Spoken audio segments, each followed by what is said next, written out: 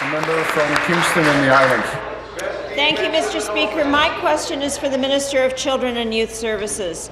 Minister, we know that 5 young people in Ontario experience problems with mental health, 1 in 5. We also know that 70% of mental health and addiction problems begin in childhood and adolescence. And we know that the stigma associated with mental health remains one of the largest barriers to diagnosis, treatment, and acceptance in the community.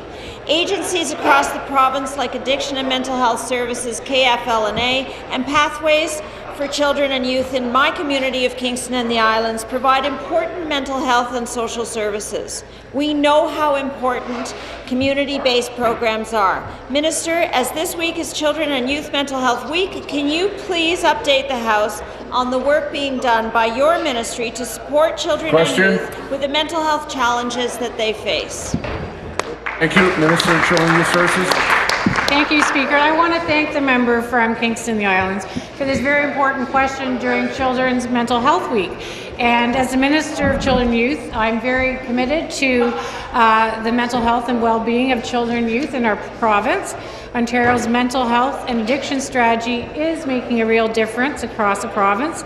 We're investing more than $444 million in child and youth mental health services. And recently we announced $6 million to hire 80 additional mental health workers across Ontario. And those workers are being placed where the need is the greatest, Speaker, in different communities. And this work was done in consultation with our lead agencies for children's mental health.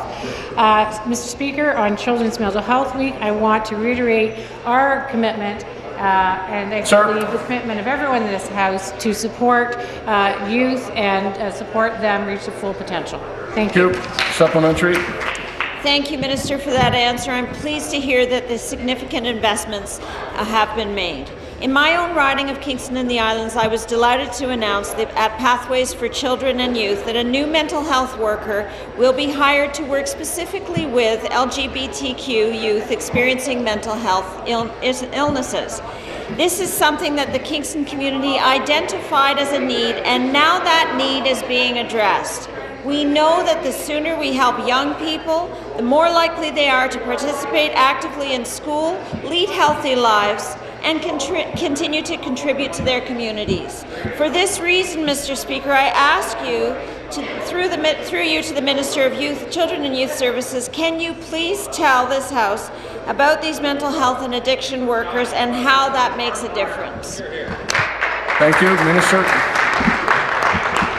Thank you, Speaker. As the member said, the funding focuses on community needs when accessing mental health services in different parts of the province for our children and youth. So in Ottawa, for example, the Centre Psychosocial is hiring 2 new mental health workers to provide counselling for Francophone children and youth.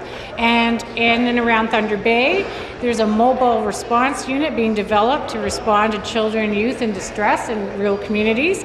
And in Southern Ontario, Speaker, St. Clair Child and Youth Services is expanding walk-in sites in Lambton. And Speaker, we're working very closely with First Nation leaders in the province to respond to the mental health needs of Indigenous youth.